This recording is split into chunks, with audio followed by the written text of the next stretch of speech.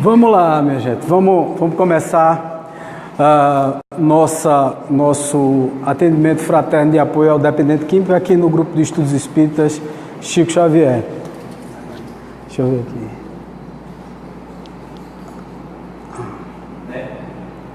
Agora vai. Pronto. Bom, vamos lá, pessoal, vamos começar aqui o nosso atendimento fraterno de apoio ao dependente químico, aqui no grupo de estudos espíritas Chico Xavier, a transmissão direta, ao vivo, pela internet.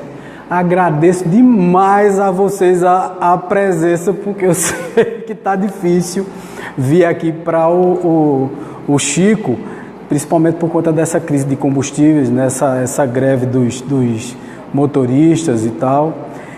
Mas estamos saindo, graças a Deus estamos saindo dessa greve e a normalidade está voltando no nosso país, né? E isso aí deixa a gente muito feliz, porque as coisas começam a funcionar do jeito certo, as pessoas têm o direito de ir e vir, e essas coisas são fantásticas. E tomara que as coisas mudem no Brasil, isso é fundamental a gente transmitir também. Mas hoje nós temos um tema muito bom, muito interessante, porque esse tema é um tema que toca muito, particularmente em cada um, né? Em cada pessoa.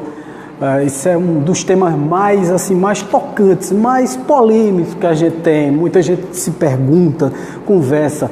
Antes de começar o tema, vamos fazer a nossa prece de início, né? Porque é fundamental que a gente faça a nossa prece inicial para pedir proteção aos nossos guias espirituais, aos nossos benfeitores da casa, a todos os espíritos que vêm para nos ajudar, nos intuir. Então, vamos fechar os olhos, vibrar positivamente. Senhor Jesus, nós te agradecemos a presença de todos os espíritos aqui que vêm nos intuir e nos dar dicas de como passar a mensagem certa, da forma certa, e que atinja as pessoas no coração, e que isso seja com muito amor e com muita humildade, que é o tema de hoje. Ok? Então, que assim seja, vamos iniciar os nossos trabalhos de hoje. Bom, gente, hoje o tema, como sempre eu coloco assim, um tema diferente dos temas normais, mas isso aí é uma continuidade de pelo menos 3 ou 4 palestras, né? Que a gente já falou de caridade, a gente já falou do bem, a gente já falou da reforma interior e ainda é reforma interior. Tudo isso é reforma íntima, né? É a passagem do homem normal, do homem comum, do homem que não pensa no ser, para o homem que pensa no ser. O homem que sai do ter, né, que sai daquela coisa materialista, daquela coisa meio pesada, para o homem que pensa uma coisa mais holística, mais espiritual, mais, centrada em coisas que realmente significam para a gente, né? Porque, na verdade, muitas vezes a gente diz, o que significa ser? O que significa ter um espírito que vibra positivamente? O que significa ser uma pessoa que não dá a importância exagerada aos bens materiais? Porque é importante, os bens materiais são fundamentais. Se a gente está no corpo físico, né? Então, naturalmente que tudo que é da matéria, se a gente está na matéria, é importante também a matéria. É importante o dinheiro, é importante o carro que a gente tem, a casa que a gente tem, se não tiver carro, a bicicleta que a gente tem. Essa semana mesmo eu postei uma foto numa bicicleta para exatamente brincar com essa coisa toda. Lógico que é uma coisa muito séria, mas de uma forma bem humorada, né? Levar as pessoas a pensarem que podem também ter outras opções, ao invés de somente pensar no combustível, naquele tipo de transporte. A gente, afinal de contas, nós não nascemos de rodas, né? Então, podemos andar a pé, nós podemos sair de bicicleta, nós podemos fazer várias coisas. E eu fiz essa coisa de mostrar, né, a bicicleta e tal. Então, isso é fundamental, isso é tão importante, vocês nem imaginam, né? Essa brincadeira, esse humor que a gente tem. O brasileiro é muito bom nisso, né? O brasileiro ele é muito feliz quando faz humor, porque para tudo se faz humor aqui, né? A pior coisa do mundo a gente termina transformando numa coisa bem-humorada. Isso é fantástico. Por isso que dizem que o Brasil é a pátria do Evangelho. Por quê? Porque o brasileiro ele é naturalmente muito relaxado, muito engraçado, muito bem-humorado. Para tudo ele acha uma graça, né? Para tudo ele coloca a pitada de alegria no meio. Nós somos um povo alegre, né? E é muito importante que a gente transmita isso da forma mais completa possível. Que a gente nunca deixe essa alegria desaparecer da nossa sociedade, da nossa estrutura como país. É fundamental que a gente vibre positivamente. E é nisso que a gente vai falar hoje, falando sobre humilhar e ser humilhado. Veja, muita gente diz assim, por que tu não botar só a palestra, né? Humildade. Eu tenho que desafiar, né? Tem que ser uma coisa desafiadora, né? Humilhar e ser humilhado. E aí botei 2 exemplos. Paulo de Tarso, que é o nosso evangelista tardio, né? Foi que surgiu depois de Cristo, que perseguiu os cristãos, e botei uma outra personagem que a maioria das pessoas não conhece, que é o engenheiro elétrico croata, chamado Nikola Tesla, que se naturalizou americano em 1891, e foi uma das grandes figuras da humanidade, que trouxe um benefício fantástico à humanidade e poucos conhecem. Vocês conheciam Nikola Tesla? Quem era que conhecia esse nome? A senhora conhecia Nikola Tesla? Já ouviu falar em Nikola Tesla? Nikola Tesla, já ouviu, né? Então, veja, é uma figura que é um dos espíritos mais interessantes que a história pôde apresentar, né? Que o mundo pôde ter. Foi esse cara, porque ele foi um indivíduo, ao mesmo tempo, humilde, dentro das potencialidades que ele tinha, ele afirmava, e também foi muito humilhado, mas também muito vaidoso. Então ele era extremamente contraditório, como a maioria de nós somos. Quando eu digo assim, eu vou falar sobre humildade, eu estava conversando isso com o Geis aqui, quando cheguei, eu digo, olha, é o seguinte, todas as vezes que você olhar um tema aqui, pode ter certeza, é um tema que me toca. Eu não venho nunca aqui ensinar ninguém a ser humilde, não é isso não, é porque eu mesmo preciso ser humilde, então eu preciso me olhar todos os dias no espelho e dizer assim, olha, você é pouco humilde, viu? Então vá lá no centro espírita e fale sobre humildade, você está precisando disso. E sempre me lembro daquela passagem assim, tem uma coisa no YouTube, que é um espírita no umbral. Eu não sei se você já viu essa coisa do espírita no umbral.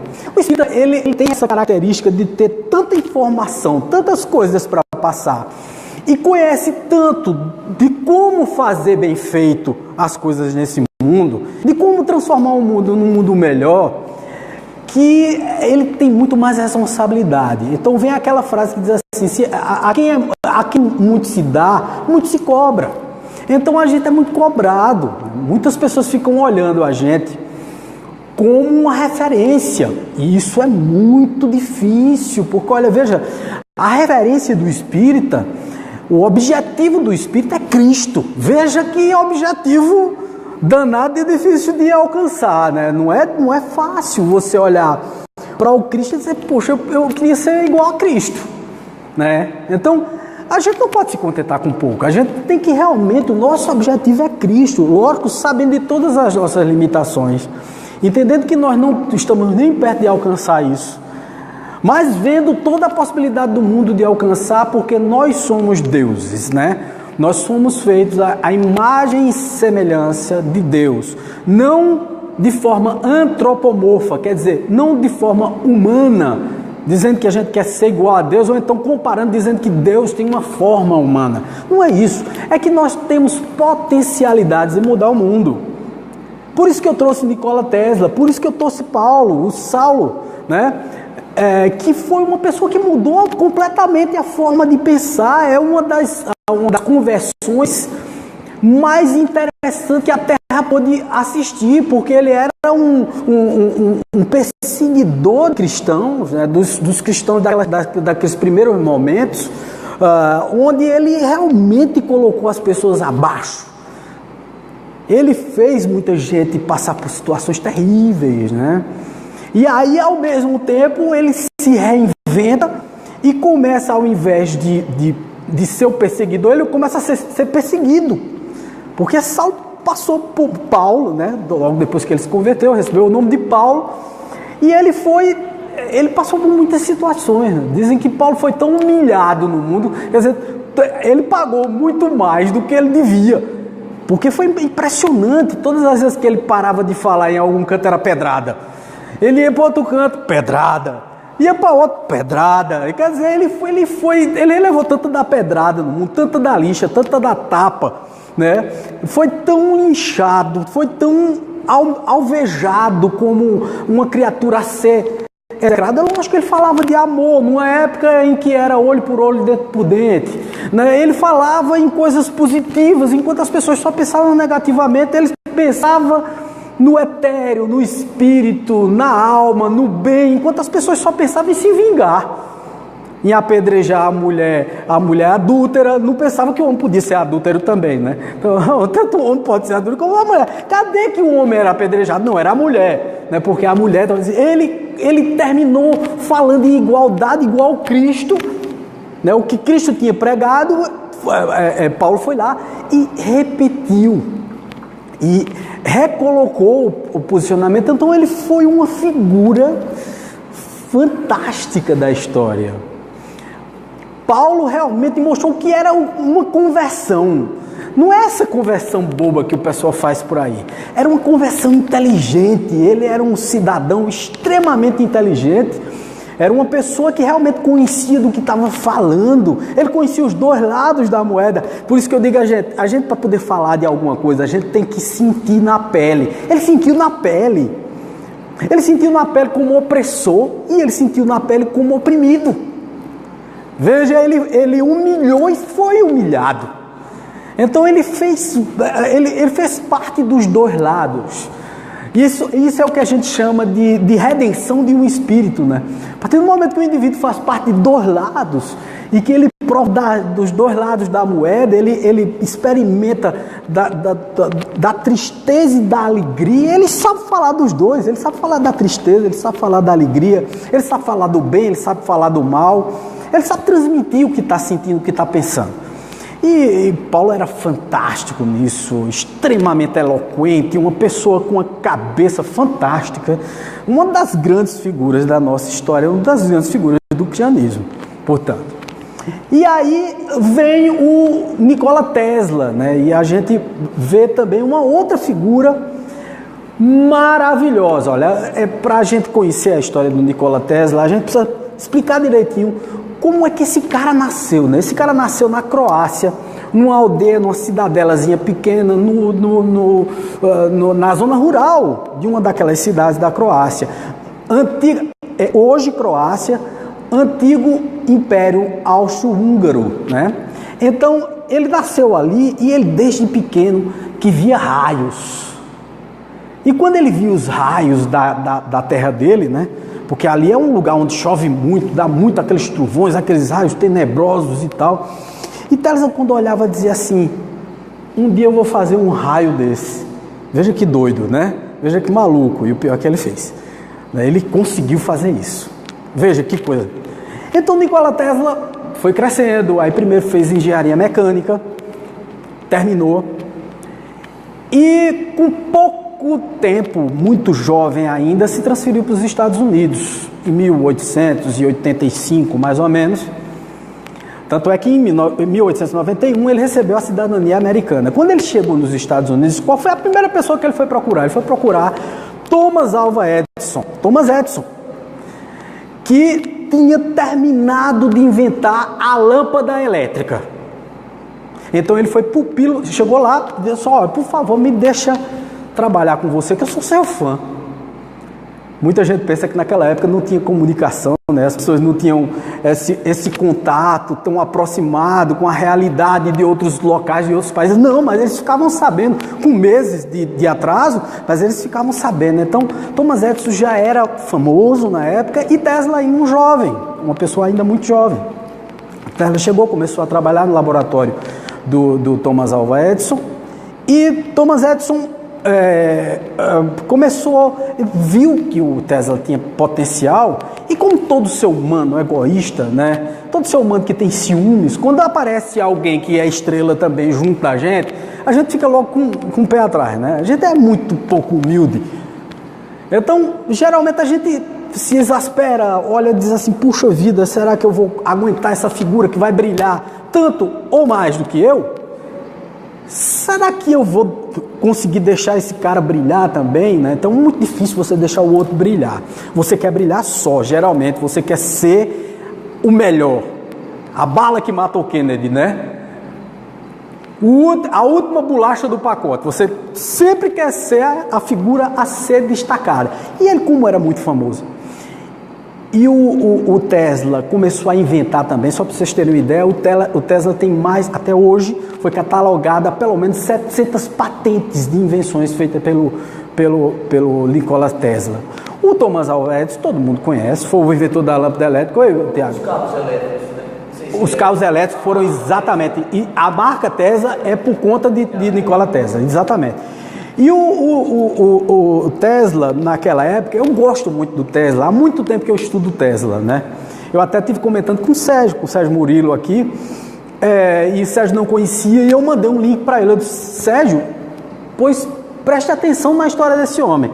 Esse homem tem uma história belíssima, ele foi um dos caras mais fantásticos que a Terra já teve, e pouca gente conhece. Ele foi um herói americano na época dele e foi muito vaidoso por conta disso. Ele saiu na revista Time, eu vou mostrar para vocês aqui a revista Time da época. Muita gente acha que Time foi agora já do século XX para cá. Não, desde o século XIX que a Time existe. Então, Tesla foi uma figura fantástica. E aí quando Thomas Edison começou a ver o sucesso, a forma como ele criava as coisas, né? A partida elétrica é uma invenção dele, é uma invenção de Nikola Tesla, né? A partida elétrica que se usa até hoje nos carros que nós temos, os mais modernos que tem, foi ele que pensou, foi ele que inventou, tá certo? Então o cara inventou várias outras coisas, mas ele foi fantástico. Mas a invenção mais fantástica de Tesla, e foi o que ele se destacou, no que ele se destacou, e um dos caras que ajudou ele foi o Westinghouse. O Westinghouse é esse cara que tem as máquinas, a máquina Westinghouse daquela marca que tinha nos Estados Unidos, todos esses motores, a vapor, a elétrico e tal, todos esses motores foram de tecnologia Tesla. Tesla foi quem inventou esses motores, mas o mais fantástico não foi isso. Foi que o Thomas Edison tinha inventado a chamada energia, a corrente contínua. Né? Corrente contínua é o seguinte, ele disse que a energia com os elétrons podiam ir continuamente de um polo a outro, fazendo um giro, um círculo, e com isso gerar uma corrente dentro daquela lâmpada que ele tinha inventado e acender essa corrente e ser transmitido para outras casas, porque até então ele tinha conseguido acender a lâmpada, mas ali localmente, sim. E como é que eu vou fazer para levar a minha lâmpada, essa mesma energia que acende essa lâmpada aqui, com a mesma força, para ela ter a mesma intensidade, para uma casa daqui a 1 quilômetro, daqui a 10 quilômetros, daqui a 100 quilômetros, daqui a 1000 quilômetros? Aí Thomas Edison disse, não, a corrente contínua. Mas só que tinha um problema, a corrente contínua. A corrente contínua, de quilômetro em quilômetro, era preciso ter uma subestação para poder fazer com que a reação químico-física dos elétrons fosse intensa o suficiente para transmitir a energia, senão ela ia perdendo força com a quantidade de quilômetros que se distanciasse a fonte, por exemplo, uma hidroelétrica. Então dali se gerava, mas para transmitir, como é que se faz? Então aí ele inventou a corrente contínua, mas tinha esse problema seríssimo. Ele ganhou umas 3 ou 4 licitações, como as de hoje, né? Vamos botar o nome licitação, né? Ele ganhou umas 3 ou 4, mas aí tinha a principal licitação, que era para ser ganha, e o Westinghouse junto, que o Westinghouse era o capitalista, né? E Tesla era o inventor, era o cara que ia inventar a estrutura, né? Ele saía com as invenções, provava que funcionava, e o Westinghouse botava a mão no bolso e investia no projeto dele. Investia na capacidade científica dele. O que é que Tesla fez? Tesla inventou a corrente alternada, em vez de contínua, alternada. Consistia em vez de um círculo de elétrons demorando demais para chegar do ponto positivo para o ponto negativo, ou do polo positivo para o polo negativo, ele disse que não é assim não, a gente bota em reta, não é mais em círculo. Então o polo positivo bate aqui, né, no negativo, o negativo devolve positivo. Positivo, negativo, positivo, negativo, positivo, negativo. Então isso, a distância ao invés de ser de 1 quilômetro, podia ser de 1000 quilômetros. De uma subestação para outra. Até hoje a gente vê as torres de energia elétrica com subestações com centenas de quilômetros depois, para poder se reenergizar, para manter a potência da energia. Então, a energia que nós utilizamos hoje não é a de Thomas Edison. Pouca gente sabe. A energia que nós utilizamos hoje é a de Nikola Tesla, da corrente alternada e não da corrente contínua. Então ele foi um inventor fantástico, que aí enricou, né? Porque o acerto dele com o Westinghouse era o seguinte: eu quero parte das suas ações. E aí o Westinghouse deu essa parte das ações a ele, ele ficou riquíssimo, e entrou com todo um processo, né, junto com... E inventou várias outras coisas, eu vou chegar lá e vocês vão entender como é que esse cara foi da riqueza à extrema pobreza e morrer praticamente no ostracismo. Tudo isso por conta da falta de humildade, da falta de capacidade de se reinventar, essa capacidade de se reinventar e de ser humilde que Paulo teve. Por isso eu fiz a comparação. Por isso eu coloquei duas figuras, né? Um cara da atualidade, que é da atualidade, né? 100 e poucos anos atrás, é da atualidade. E um de 2000 anos atrás. Então um que se reinventou, que reviu a própria vida, se converteu e viu as coisas de uma forma diferente, pensando muito mais no ser do que no ter. Mas o Tesla, ele era espiritualizado. Porque a primeira coisa que ele dizia era que não era desse mundo. Então todo mundo chamava ele de doido. Ele dizia que se comunicava com os seres de Marte, como a gente já sabe hoje, que não existem seres em Marte, pelo menos materiais, né? Pode estar em outra dimensão e a gente não consegue enxergar, pode ter uma civilização lá, mas não é material, né? A gente não consegue enxergar a civilização em Marte, porque não está dentro da dimensão da gente.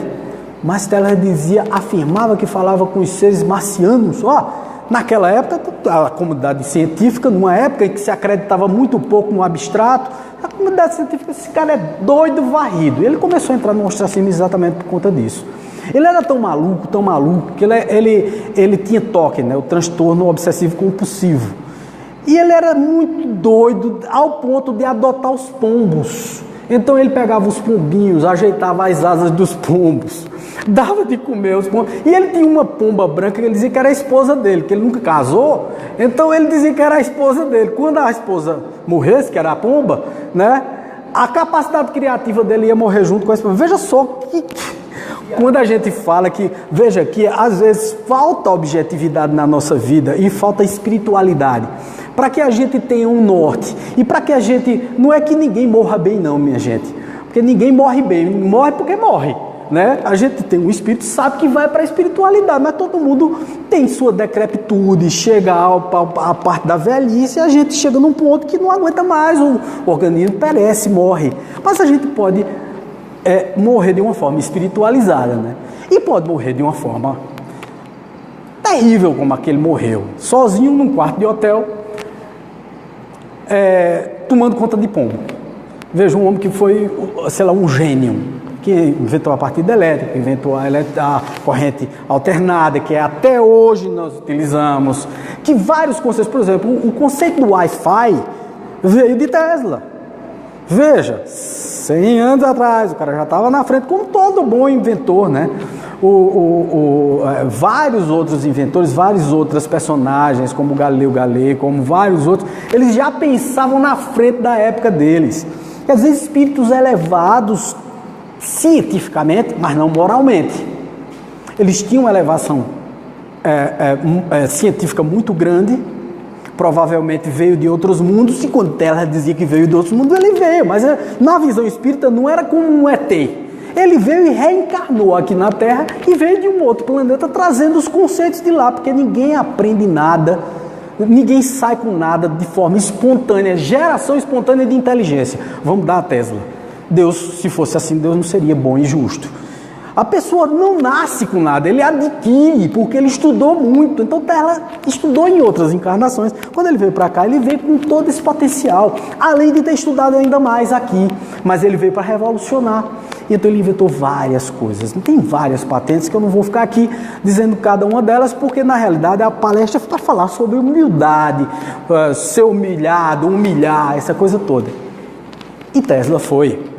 Para fazer uma campanha contra a Tesla, o Edison, ele simplesmente começou a eletrocutar cachorro, gato. Ele começou com cachorro e gato. E terminou com um elefante, eletrocutando um elefante, dizendo que a corrente alternada era perigosa. E fez uma propaganda contra o Westinghouse, porque na realidade o foco dele era Tesla, um despeito, e contra o Westinghouse, para que a patente da corrente alternada não vingasse. Mas aí depois, lógico, todo mundo se tocou e viu que aquilo ali não era daquele jeito. E ele foi muito humilhado. O Tesla foi realmente muito humilhado. A comunidade científica, imagina, um cara que subiu, foi pro topo, saiu na revista Time e depois começou a ser chamado de doido porque dizia que conversava com o marciano. Ele conversava com o espírito. Os espíritos vinham conversar com ele, era a mediunidade que o cara tinha, né? Ele tinha uma coisa a mais, ele era um espírito diferente. E ele sabia que não era daqui. Ele vivia dizendo, não sou daqui, não sou daqui. Veja, naquela época, onde na Revolução Industrial e tal, veio o materialismo, veio aquela coisa de não querer acreditar na parte espiritual, né? Veio a Revolução da União Soviética, né? Em 1917 e tal, aí o cara se sai com uma história espiritual dizendo que é de outro canto. Ninguém ia acreditar e ele caiu no ostracismo, ele caiu no ridículo. As pessoas começaram a ridicularizar ele. E ele começou a pirar cada vez mais, lógico, o cidadão que foi tudo, já não é nada, começou a se sentir humilhado e dessa forma não conseguiu aguentar, não conseguiu suportar e morreu no ostracismo. E dizem que as patentes de Tesla, até hoje, muitas das patentes morreram com ele, porque ele inventou, guardava dentro do hotel as 7 chaves e depois essas patentes simplesmente sumiram. Então existe uma teoria da conspiração de que o governo americano pegou essas patentes, principalmente as que beneficiavam a humanidade, como a seguinte que eu vou falar para vocês. Tesla inventou simplesmente um gerador de energia Wi-Fi, não precisava mais de fio. Depois que ele inventou a corrente alternada, ele inventou um Wi-Fi de energia e disse assim, me financia o Westinghouse. Aí o Westinghouse financiou ele montou uma estrutura, uma fazenda, com um transmissor muito grande, provou que fazia isso, conseguia fazer isso. Só que aí ele falhou numa coisa. Ele disse que a energia não era de domínio de ninguém, e ninguém podia vender a energia, porque a energia era uma coisa de todos. Então, ele não falava de Deus. Ele dizia assim, de todos, a energia é de todos, então ela tem que ser distribuída gratuitamente. Para um cara que era capitalista, como o Westinghouse tirou o dinheiro. Aí foi que ele afundou. O Westinghouse também afundou. Ele pegou e entregou o dinheiro, porque o Westinghouse continuou fazendo sucesso depois o Westinghouse se recuperou, mas ele pegou o dinheiro, veja como ele era desapegado, pegou o dinheiro e as ações que tinha e deu ao Westinghouse. Porque ele disse, não, você me financiou, agora você está dizendo que não acredita em mim, então tome de volta o dinheiro. Veja que homem desapegado, né? O cara estava podre de rico, podia ter continuado rico, nunca ter precisado de dinheiro mais na vida dele, mas, no entanto, ele simplesmente abriu mão, disse que não queria mais, porque não acreditavam mais nele. Então, pura vaidade, né? Pura empáfia. A gente se sente assim. Por isso que eu estou falando. Humilhado. Ou, né? Humilhar ou ser humilhado. Eis a questão. Aí vem toda a questão do Evangelho de Cristo, né? Aí vem exatamente essa parte aqui, ó. bem-aventurados os pobres de espírito. Muita gente diz, eu não consigo entender esse negócio de pobre de espírito. O que é ser um pobre de espírito? Aí ele diz ainda, né? Aquele que se eleva será rebaixado. Bem-aventurados os pobres de espírito, porque eles reinarão e herdarão o céu, né? Então veja, mas quer dizer, eu para poder ir para o céu tenho que ser humilhado, né? Muita gente diz isso assim. Quer dizer, eu tenho que ser uma pessoa humilhada. O que é que você acha? É ser humilhado? Humilhar alguém? Onde está a ponderação, o meio disso tudo? Onde está o equilíbrio, o ponto de equilíbrio entre o ser humilde sem ser? O que é ser humilde sem ser? É você se acoitadar. O que é se acoitadar? Isso é uma palavra, isso é um neologismo meu, né? Eu terminei inventando essa palavra. Se acoitadar é se achar coitadinho. Tem gente que se acha coitadinho o tempo todo, só fala que é o pobre, um coitado, que não dá certo em nada, que é péssimo em tudo, que a vida não é dele, essa coisa não está funcionando, eu tinha que morrer. Tem gente que é assim. E já tem gente que é pior, que é o oposto, não sei nem se é pior, não sei o que é pior, mas é que é o oposto, se acha a melhor pessoa do mundo, a figura mais importante da Terra, do planeta Terra. Então, a mania dele é humilhar as outras pessoas, porque a partir do momento em que eu me acho melhor do que você, eu fico achando que posso mandar em você, que eu posso te oprimir, que eu posso te colocar para baixo, que eu posso tirar a tua autoestima, que eu posso puxar o teu tapete. É o que a gente vê no trabalho, é o que a gente vê em casa. Muitas vezes a gente diz assim, não, a humilhação só vem no ambiente de trabalho, quando a gente vê o chefe da gente, o patrão da gente, né, acabar com a autoestima da gente, né? Hoje em dia tem um tal de um assédio moral, que é quando você oprime a pessoa que está abaixo de você, você com o poder do cargo, que o cargo lhe confere, você termina colocando a pessoa para baixo, né? Diminuindo a pessoa, dizendo que ela não presta, que ela é uma pessoa horrorosa, que é uma pessoa incompetente. Mas não, também nós temos a nossa falta de humildade com os nossos filhos. Muitas vezes nossos filhos são muito mais espirituais do que nós. Às vezes nossos filhos nos dão lições de como ser um espírito bom. E às vezes a gente se vê na situação, a gente ensina uma coisa que não é bacana. Muitas vezes a gente sai no trânsito e aí discute no trânsito. Eu já fiz isso várias vezes. Toda vez que eu falar de alguma coisa é porque eu fiz. Eu fiz, oi? O episódio do Maroto, o filho falou para Haroldo. Sim. Sim, para ele se controlar. Palavrão. Mas ele vê suas palestras. Aí pode ser que ele vê suas palestras. Opa! Aí você falou tudo. Quando eu ia falar da coisa do espírita, né, no umbral, era exatamente nesse ponto que eu queria chegar, sabe, Tiago? É o seguinte, é que você não pode falar e não fazer. Então o cara pega e desencarna, é palestrante espírita. Quando ele se olha, eu estou no umbral.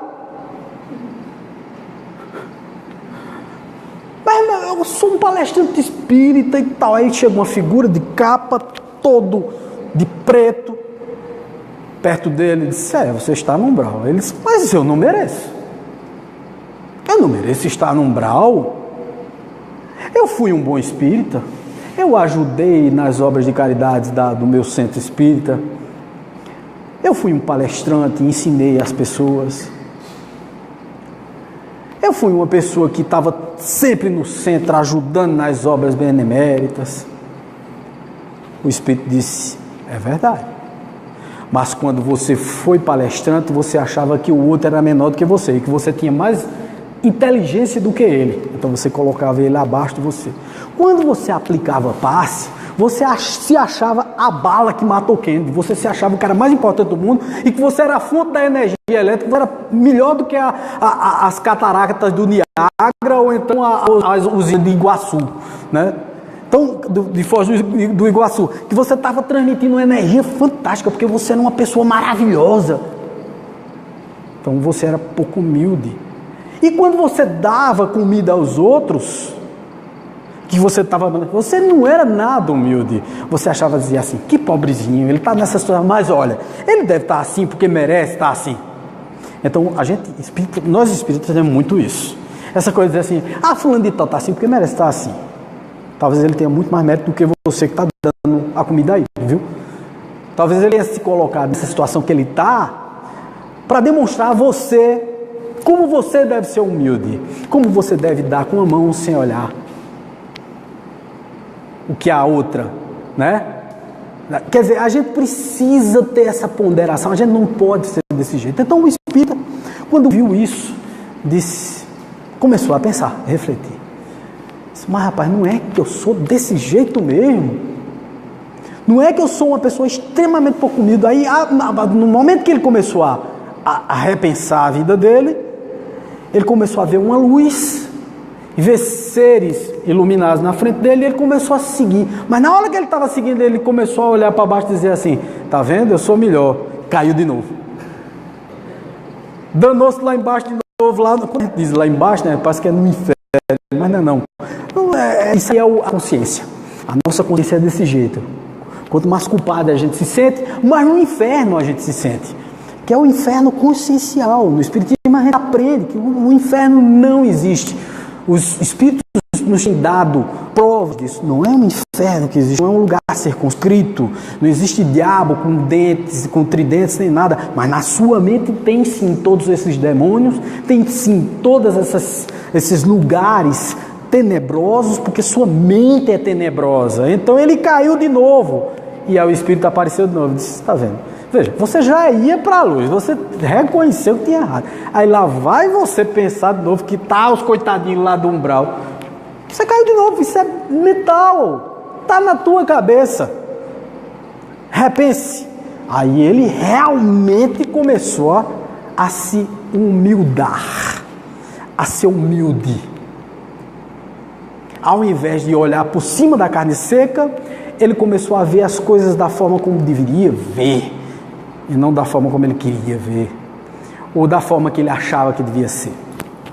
E aí também mudou a situação. O que é que acontece? Ele começou a ir de novo para a luz e foi para a luz e foi para uma colônia espiritual, que não é para o céu, né? Mas ele foi para a colônia espiritual para ser tratado e tal, para realmente seguir o caminho dele. Foi uma lição na realidade. E quando ele viu aquele espírito novamente, aquele espírito que estava com a capa, o espírito não estava mais aparecendo com a capa, não era um espírito do mal, era um espírito do bem que foi para resgatar ele, para dar uma lição na consciência dele, para mostrar a ele, só olha, você está achando que é muito, é? Você não é muito não, meu filho, você não é pedra boa não, você tem que se conserte, não é desse jeito não é assim que a banda toca não.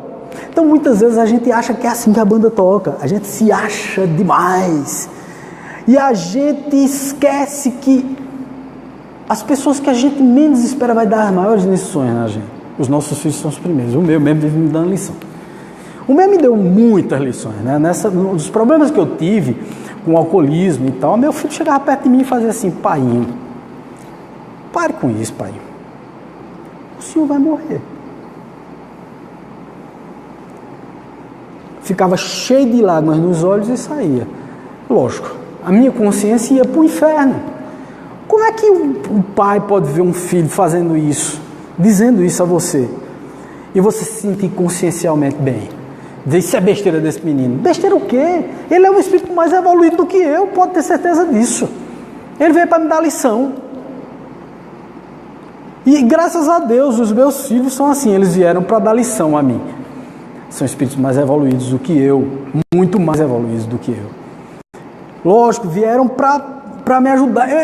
Quer dizer, a gente sempre pensa assim, a gente, não tem merecimento. Aí é onde vem a coisa do coitadinho, né? Não tem merecimento, não sei o que. Não, você tem merecimento, você tem um monte de gente para lhe ensinar.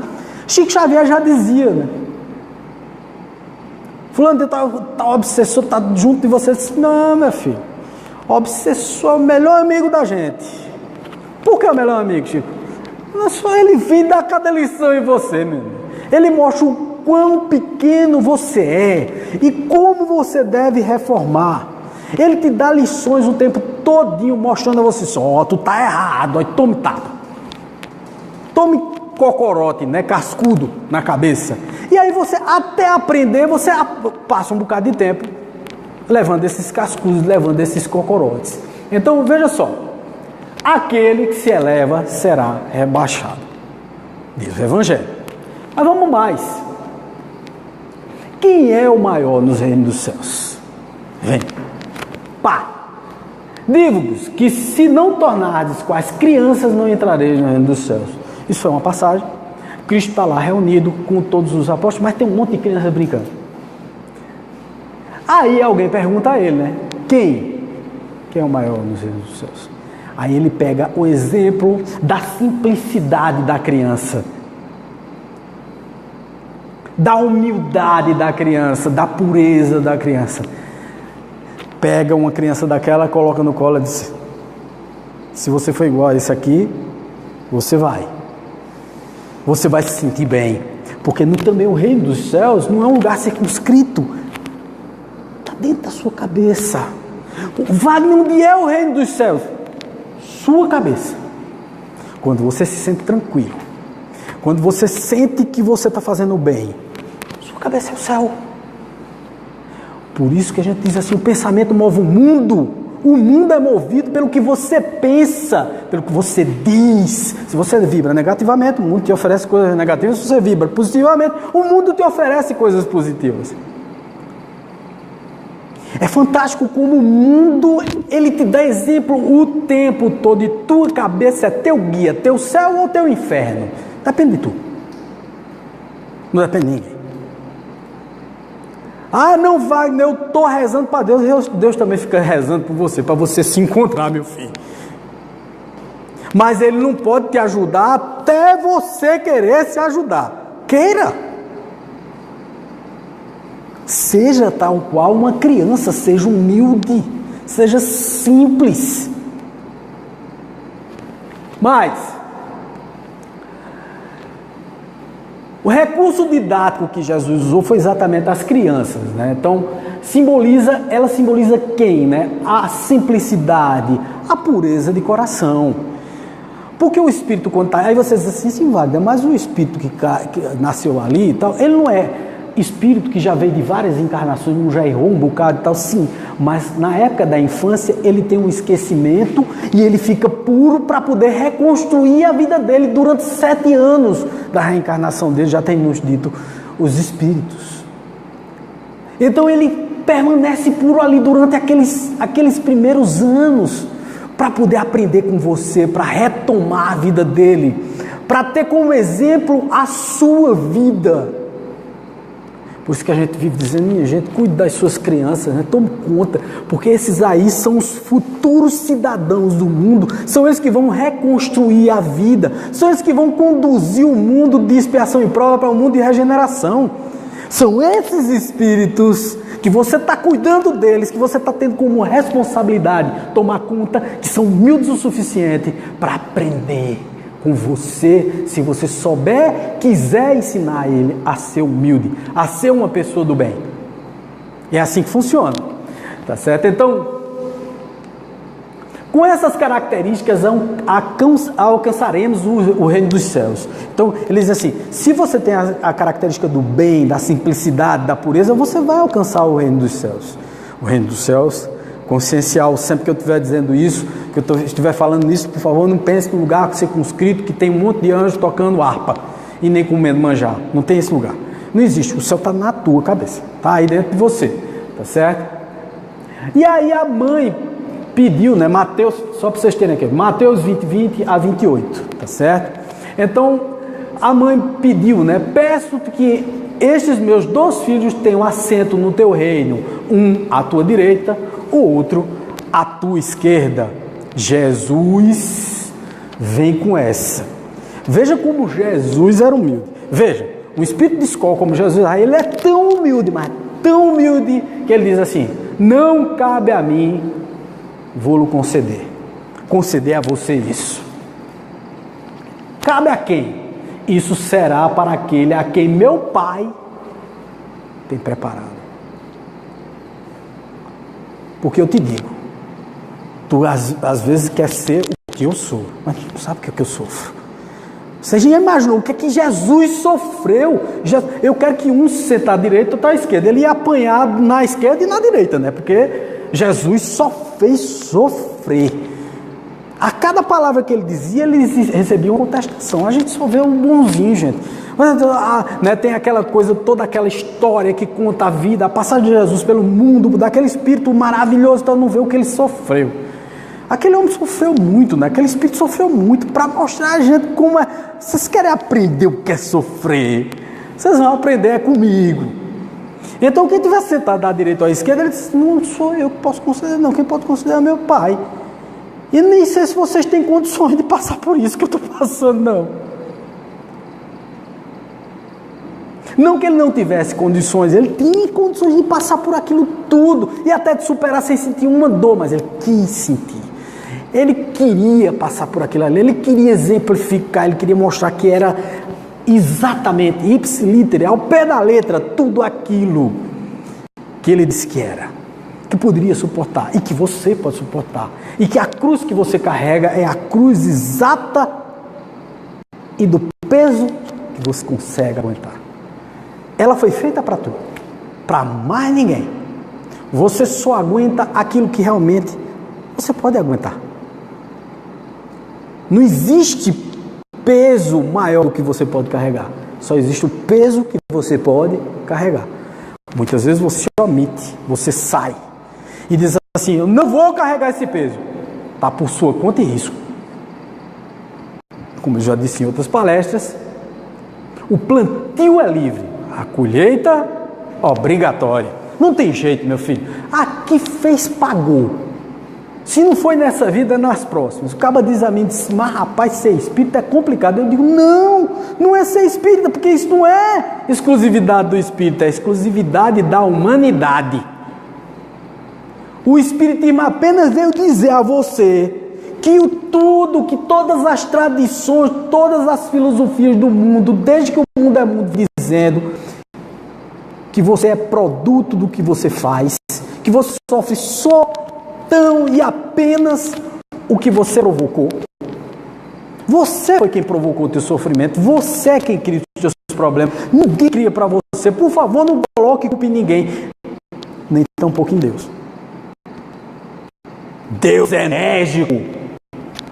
Deus não é enérgico. Deus te deu livre-arbítrio. Você faz porque quer. Você é pouco humilde porque quer. Você faz besteira porque quer. Nunca ele disse assim, você está obrigado a roubar, a matar, a ser ruim, a ser pouco humilde, a humilhar as pessoas. Você não está obrigado. Você está fazendo o que você quer.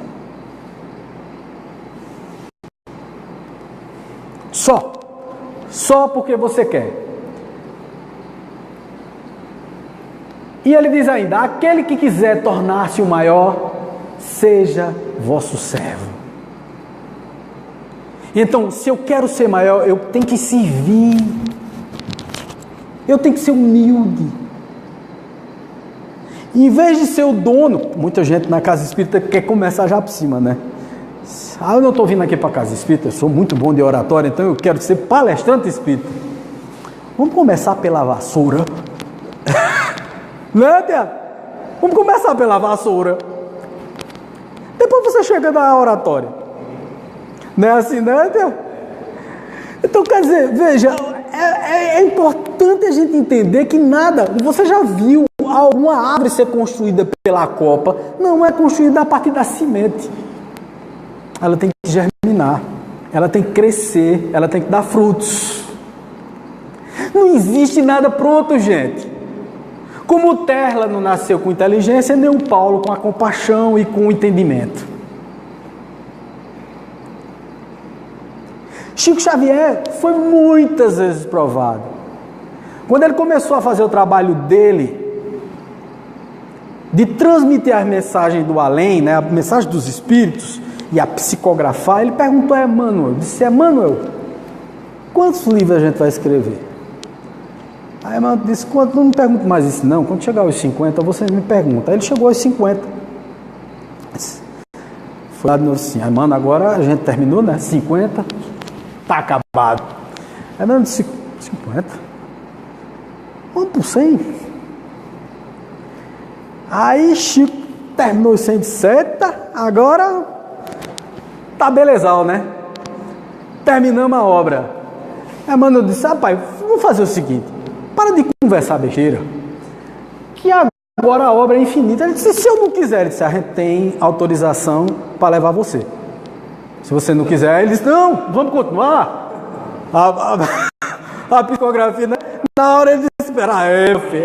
Ele disse, não, espera aí, não vamos ficar por aqui mesmo, deixa, pode usar. Então veja, é assim, gente, é desse jeito. A nossa obra é inacabada. Não, eu já fiz tanta coisa boa, Wagner, agora não preciso mais fazer. Não, meu filho, quanto mais tem, você tem que fazer. Você tem que continuar no bem, você tem que continuar a ser humilde, você tem que continuar vibrando positivamente. Eu vi uma enxurrada de negativismo nesse negócio desses protestos, a gente falou isso no começo da palestra. Isso é uma enxurrada de negativismo, gente. Eu não estou dizendo aqui que você seja um alienado, que você não veja que o país está numa situação, está certo, mas tem gente se aproveitando disso, tem gente querendo colocar na sua cabeça que isso aqui é uma coisa terrível, e não é. A gente não vive no melhor dos mundos, mas a gente vive num país maravilhoso, com toda a corrupção que tem, com tudo no mundo, mas a gente vive bem demais. O brasileiro é o único povo. Eu sempre dizia isso, eu me lembro que no final da década de 90 nós tivemos uma crise chamada crise da Rússia, né? A Rússia tinha abandonado a União Soviética, aquela questão totalmente comunista, começou a se abrir para o mundo e começou a ter todos os problemas que o capitalismo tem.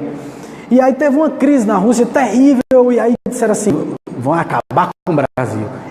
Aliás, em 52 anos de vida, eu já vi tanta energia negativa e previsões de catástrofe para o Brasil, que eu não sei, eu acho que eu já vi um bocado. Mas essa da Rússia foi uma coisa interessante, que até um artigo eu escrevi na época. Eu disse, não, o Brasil não vai passar por nada, não. O Brasil vai vibrar negativamente no mês. No segundo mês ele já nem sabe o que é a Rússia, começa a pegar na enxada, começa a trabalhar novo, o outro começa a ser vendedor ambulante, o outro vai fazer não sei o que, o outro vai... Mas os empregos vão se perder, assim, com o dinheiro da indenização, monta o carrinho de cachorro-quente, vai ganhar comida, vai ganhar vendendo cachorro-quente na feira. Ele vai se virar e vai fazer, o brasileiro é desse jeito, a gente tem essa capacidade de ser melhor, de ser maior, e não utiliza. A gente tem a capacidade de se reinventar e não se reinventa. E não significa dizer que você não vai brigar. Lógico, você precisa lutar pelos seus ideais. Mas você não precisa ser negativo, você não precisa ser desonesto. E foi o que a gente viu, né? Passaram do ponto, muita gente estava se aproveitando da situação para explorar e tal. São extremamente desorganizados, a gente não via nenhuma concentração de opiniões, cada um tinha uma opinião diferente, quer dizer, foi um boi de fogo. Tudo no Brasil é feito desse jeito, nada é feito com organização, é feito de forma desorganizada. Então, não podemos ser assim. A obra não está inacabada, mas a gente não pode ser pessimista, a gente não pode ficar vibrando negativamente, sendo pouco humilde ou sendo coitadinho. Não somos coitadinhos. Esse complexo de vira-lata que nós temos, nós não deveríamos ter. Não somos vira-latas, nós somos um povo que está em evolução, com qualquer um outro. Para a Europa estar onde está, teve que passar por 2 guerras mundiais. Para eles virarem primeiro mundo. E mesmo assim, um monte de gente, tanta coisa boa, se suicida. Eu tenho tudo, eu tenho dinheiro, eu tenho carro, eu tenho casa, todo mundo é bem assistido, meus filhos estão na escola pública, não sei o que. Por que esse indivíduo se matou? Tinha tudo materialmente, mas não espiritualmente. Cadê a parte espiritual? Cadê a essência?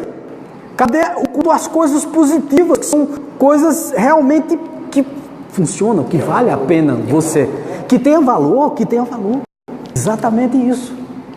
Então, falta-nos isso, falta-nos esse entendimento do que é realmente importante, do que não tem importância. Então, vamos lá. Eles dizem, aquele que quiser ser o primeiro, seja o vosso escravo. Então, quem quer ser o primeiro, tem que ser o último primeiro, né? Tem que tem que aumentar o potencial. Como ser maior, ser o maior? Então, você diz assim, ó, quem na terra se fizer servo, escravo e pequeno. Gente, não é se humilhar. É onde está a história. Não é se humilhar. É filosoficamente você ser humilde. É diferente. Eu não estou me humilhando, eu não estou me acoitadando, eu estou mostrando que eu posso ser melhor. Como é que ele consegue isso? Convivendo com as pessoas melhor. Sendo mais cristão, mais à mão, sendo menos grosseiro no processo.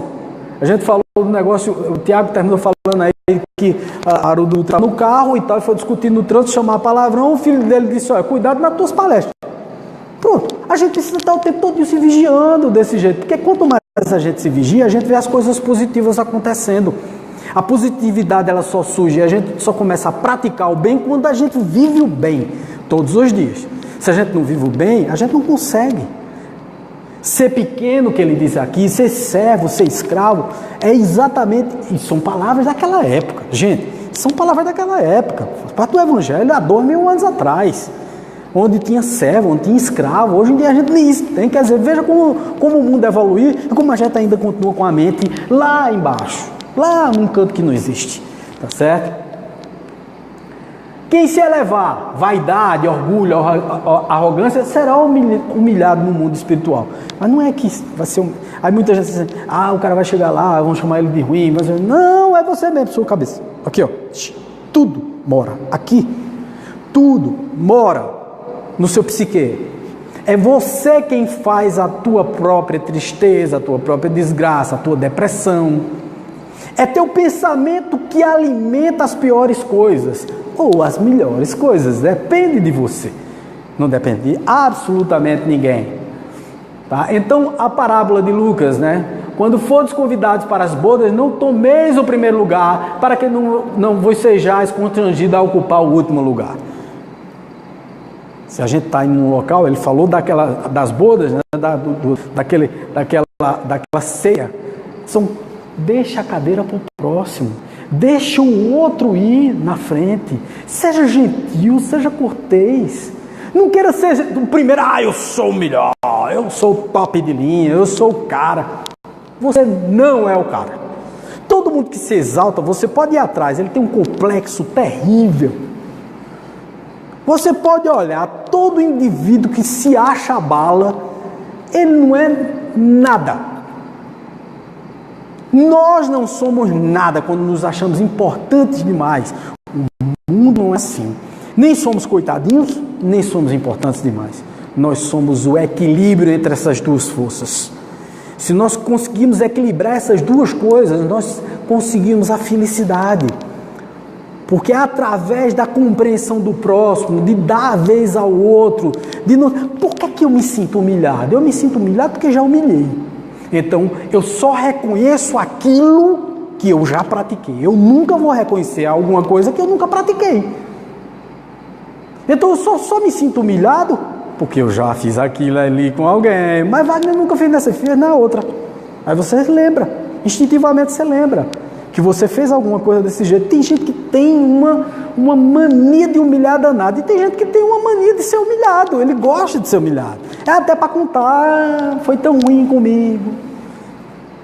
É para o povo ter pena, tá entendendo? Tem gente que gosta de que o outro sinta pena dele. Por favor, sinta pena de mim. Eu sou tão tristinho. Sou tão pobrezinho. Rapaz, sai dessa, velho. Né? Começa a partir para outra, seja uma pessoa do bem, comece a praticar a humildade da forma como deve ser praticada, e aí você sai dessa. Eu muitas vezes me coloco como um coitadinho. Aí quando eu me olho no espelho eu digo, mas só te dando uns tabefes nessa cara velha lisa, para tu deixar de besteira. Porque é assim, a gente precisa reagir contra a gente mesmo. Porque são esses maus pendores que a gente falou. Conhece o verdadeiro espírita pela sua reforma íntima. Quando você vê os maus pendores, as más tendências. E essas más tendências só são vencidas quando você começa a se enxergar do jeito que você é, não do jeito que você quer ser. Uma coisa é a tua personagem, a tua máscara de eficiência social. Outra coisa é o que você realmente é. Seja quem você é, se reconheça como tal. E seja feliz pelo que você é e não pelo que você quer. Seja o que você é. Reconheça seus defeitos. Procure melhorar. Seja humilde. Observe o mundo do jeito certo. Para a gente finalizar, eu vou contar a história de Mandela para vocês. Nelson Mandela, que todos conhecem, foi presidente da África do Sul. Mandela foi preso 26 anos, um homem de 1,86 m de altura, vivendo num cubículo que não tinha tamanho para caber ele, por isso que ele ficou curvado. 26 anos. No dia que ele se consagrou, foi eleito presidente da África do Sul, Nelson Mandela mandou sentar do lado dele os carrascos dele, os que tomavam conta dele na prisão. Muita gente perguntou, você está querendo dar um de humildezinho? Ele disse, não. Eu quero mostrar para eles que nós todos somos iguais, que eles não deviam ter feito isso. É a lição que eu dou como exemplo de que eles nunca mais devem praticar esse tipo de coisa com outro ser humano. Então, é muito fácil eu juntar todos da minha tribo, de quem fazia parte comigo no apartheid, todas aquelas pessoas, muito fácil, são todos os que concordam comigo. Eu quero ver você conviver com quem não concorda com você. Eu quero ver você juntar pessoas do seu lado que dizem assim, tu não presta. E mostrar para eles que tu presta, que tu é melhor do que aquilo. Mas não como vaidade, mas sim dando exemplos de bondade, do bem, do amor, do ser e não do ter. Beijo no coração de vocês, valeu, muito obrigado. Valeu.